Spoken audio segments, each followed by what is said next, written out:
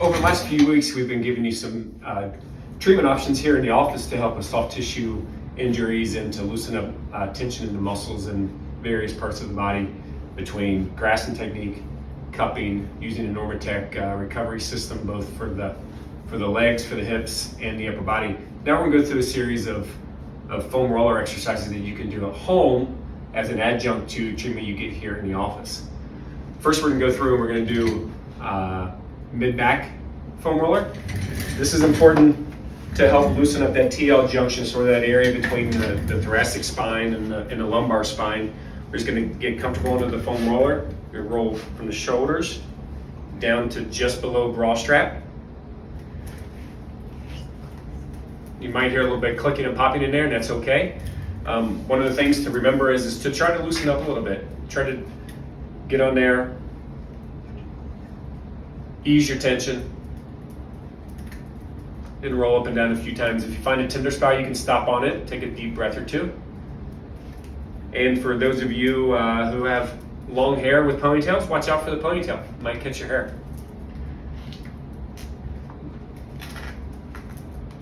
The next exercise we're going to do is we're going to roll the glutes. Okay, this is great for loosening up the hips, not just before. And what we're going to do is we're going to take and we're going to bend both knees. Bend both knees. We're going to take this and we're going to put this over here just like this. We're going to roll a little bit there, and we're going to go up and down. That's the face we want to see. All right. Then we're going to find a tender spot. We're going to stop on that. We're just going to do some short little arcing back and forth. And what that's going to mimic is that's going to mimic when you're in the office. We'll take our thumb and then move that leg in and out. That's what this is mimicking in there. Getting there in those glutes, getting that piriformis, and loosening those guys up a little bit. Then back to those longer strokes. Good. Then we're going to stop. We're going to roll just a little bit further over, and we're going to go up and down a little bit more.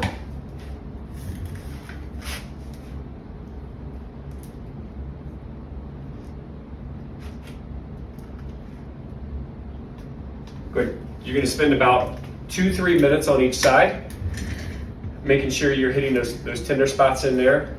And as you can see by Dr. Lauren's face, it can be pretty brutal. All right. The next thing we're going to do while we're in this position, we're going to go ahead and roll over to our hamstrings here. All right. Now, as with most things, we prefer to be a little more specific, so we're just going to do one leg at a time. And as you can see, she's moving that leg over to the other side to add a little extra tension on there. And again, you can find a tender spot, you can stop on it, short little arcs back and forth, little trigger point in there. We get both those hamstring muscles in there. Get the outside guy, get the inside guy.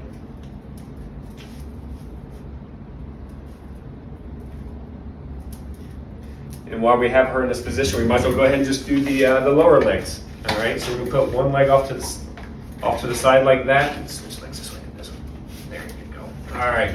So this first position I call neutral. All right, wherever that foot naturally lays, that's where we want it to go. She's gonna lift her booty up off the floor. We're just gonna roll up and down.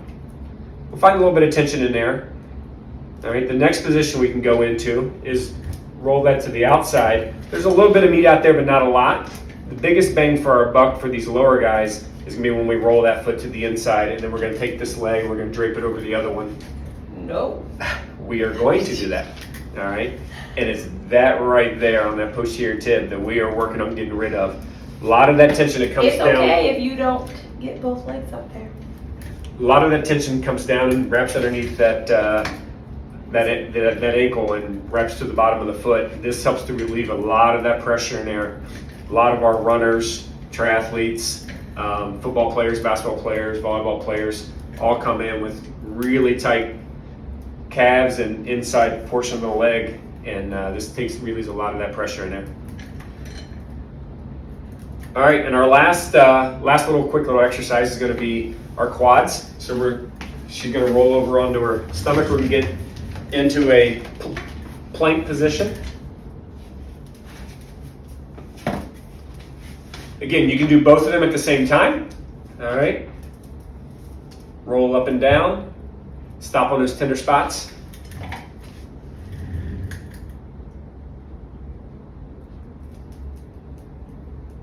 Good. And again, each of these you're going to spend anywhere from about a minute to 2-3 minutes.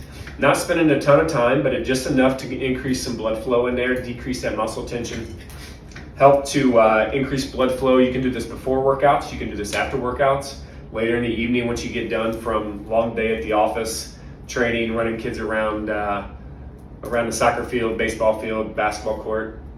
It's going to help take lots of tension off. It's going to be an added benefit to treatment, not just here in the office, but it's going to give you an opportunity to loosen up some tight muscles in there. And these are the little things that you can do at home that help make the work we do here last longer so that your pain doesn't come back.